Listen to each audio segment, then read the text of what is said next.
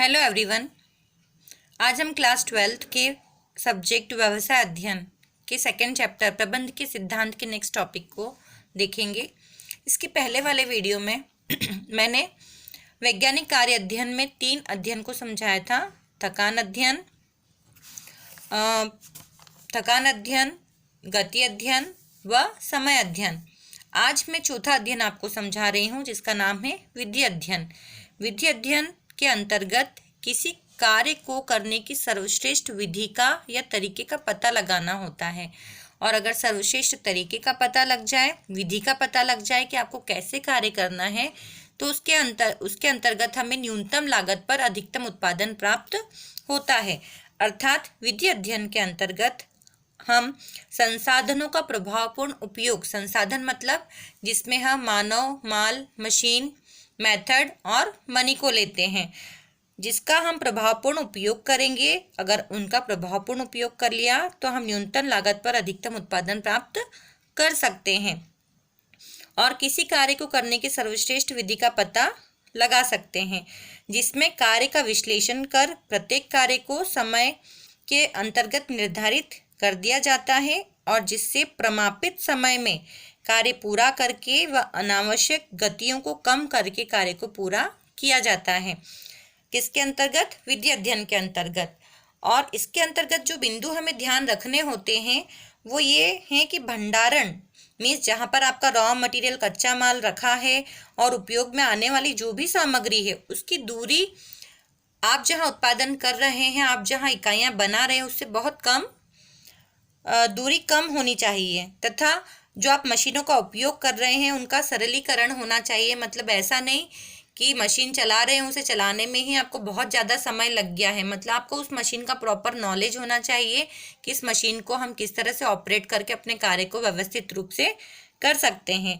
तथा तीसरा जो पॉइंट है वो है हमारा अनावश्यक क्रियाओं व गतियों को सबसे पहले तो पता लगाना कि आखिर आपकी कौन सी क्रिया बार बार हो रही है और उस बार बार होने वाली क्रियाओं से आपका समय भी नष्ट हो रहा है और आप अपने उत्पादन को भी बढ़ा नहीं पा रहे हैं।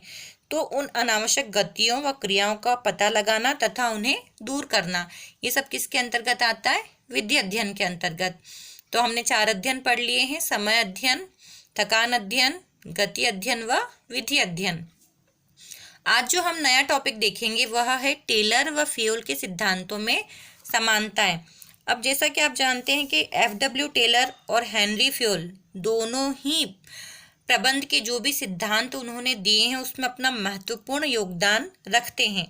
एफ.डब्ल्यू. टेलर को अगर वैज्ञानिक प्रबंध का जनक कहा जाता है तो हेनरी फ्यूल को आधुनिक प्रबंध का पिता कहा जाता है, जनक कहा जाता है। एफ.डब्ल्यू. टेलर के कार्य बिंदु श्रमिक हैं तथा उनकी कार्यकुशलता थी, तो हेनरी फ्यूल का कार्य क्षेत्र क्या था? उच्च स्तरीय प्रबंध। मतलब इन्होंने मैनेजमेंट पर ध्यान ज़्यादा दिया था और इन्होंने श्रमिकों पर ध्यान ज़्यादा दिया था। तो बट फिर भी दोनों के सिद्धांतों में कहीं ना कहीं कुछ समानताएं हमें मिलती हैं। पहली जो समानता है हमारी वह है सिद्धांतों का प्रतिपादन। ये तो आप जानते हैं, हमने टेलर के भी सिद्धांत पढ़े हैं, फ्यूल के भी सिद्धांत पढ़े हैं। दोनों के सिद्धांतों में असमानताएं हैं, बट समानता क्या है कि दोनों ने ही किसका प्रतिपादन किया है? सिद्धांतों का। मीन्स कहीं ना कहीं अपने अनुभवों के द्वारा उन्होंने अपने अपने सिद्धांतों को प्रतिपादित किया। दोनों ही प्रबंध विशेषज्ञों ने अपने अपने ढंग से प्रबंध के सिद्धांतों को बनाया और दोनों ही प्रबंध को सामाजिक विज्ञान मानते थे। क्यों मानते थे? क्योंकि अगर फ्यूल उच्च स्तरीय प्रबंधक को देख रहे हैं तो वहाँ पे भी मानव है, अगर टेलर श्रमिकों को देख रहे हैं तो वहाँ पर भी मानव है। मतलब दोनों ही समाज में रहने वाले या सामाजिक विज्ञान के अंतर्गत आते हैं। अतः उनके सिद्धांतों का जो बिंदु था वो क्या था? सामाजिक विज्ञान। दोनों ने ही सामाजिक विज्ञान से संबंधित सिद्धांतों का ही प्रतिपादन किया था। किसी ने भी मानव के अतिरिक्त किसी को भी महत्वपूर्ण नहीं बताया था। मतलब श्रमिक हो या प्रबंधक हो, दोनों को ही महत्वपूर्ण माना था।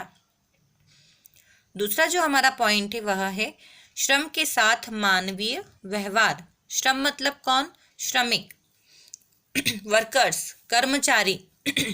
दोनों ही विद्वानों ने इस बात को माना था कि श्रम के साथ आपका जो व्यवहार है वह मानवीय होना चाहिए, उचित होना चाहिए, न्यायपूर्ण होना चाहिए। मीन्स आप उच्च स्तरीय प्रबंधक को, जो सुपरवाइजर है उनसे अलग बिहेव करें, और जो सबसे निम्न स्तर पर मजदूर काम कर रहा है उससे अलग बिहेव करें, व्यवहार करें। यह अमानवीयता कहलाती है। मीन्स आपको श्रम के साथ मानवीय व्यवहार रखना चाहिए। मानवीय व्यवहार के द्वारा ही आप अपने परिणामों तक पहुंच सकते हैं, अन्यथा आपको अच्छे परिणाम नहीं मिलेंगे। कहीं ना कहीं उनके मन में अगर मतभेद की स्थिति उत्पन्न हो गई, भ्रम शंका की स्थिति उत्पन्न हो गई, अगर उन्हें ये लग गया कि हमारे साथ भेदभाव हो रहा है, तो अपना कार्य कुशलतापूर्वक नहीं करेंगे। अतः दोनों ने ही ये माना था कि श्रमिकों के साथ, कर्मचारियों के साथ मानवीय व्यवहार अपनाया जाना चाहिए। तीसरा जो हमारा पॉइंट है वह है बुराइयों को दूर करना।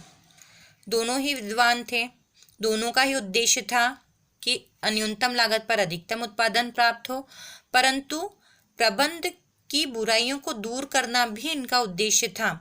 जब आप कहीं पर काम करते हैं तो आपको प्रैक्टिकल, जब आप काम कर रहे हैं तो आपको बहुत सारी चीज़ें, बहुत सारी बुराइयां और अच्छाइयां दोनों ही देखने को मिलती हैं। तो जब दोनों ने अपने प्रबंध के सिद्धांत बनाए तो कहीं ना कहीं उन्होंने उसमें उन बुराइयों को भी देखा, और उन बुराइयों को दूर करने के लिए भी उन्होंने बहुत सारे कदम उठाए, और दोनों ने ही इस दिशा में बहुत सारे कार्य किए।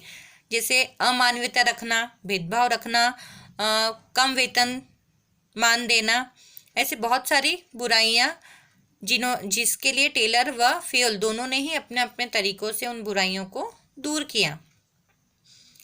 फोर्थ जो हमारा पॉइंट है वह है अनुभव की छाप। दोनों ही विशेषज्ञों ने कई वर्षों तक अपने अनुभव प्रबंध को दिए।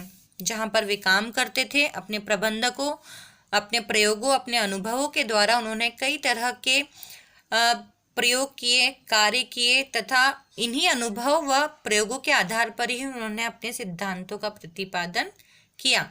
तो कहीं ना कहीं दोनों ही विशेषज्ञों के अनुभवों की छाप हमें प्रबंध के क्षेत्र में देखने को मिलती है। अपने अनुभव से दोनों ने प्रबंध के विकास में महत्वपूर्ण योगदान दिया है। दोनों ही प्रबंधकों ने, विशेषज्ञों ने यह माना था कि प्रबंध एक अर्जित प्रतिभा है, जन्मजात नहीं।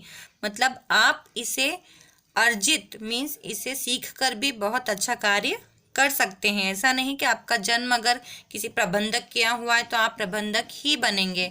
तो कहीं ना कहीं अनुभव के आधार पर उन्होंने ऐसे कई सिद्धांतों का प्रतिपादन किया। फिफ्थ जो पॉइंट है हमारा, नियोजन को महत्व। नियोजन मतलब होता है कि पहले से ही किसी कार्य का नियोजन, योजना बना लेना।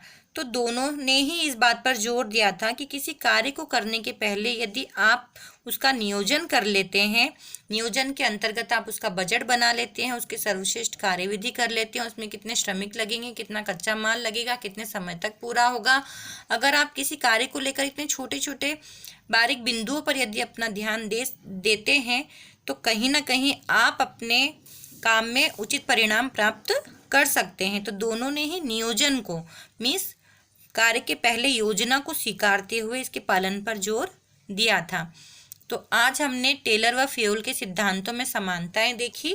नेक्स्ट वीडियो में हम इसकी असमानताओं को देखेंगे। धन्यवाद।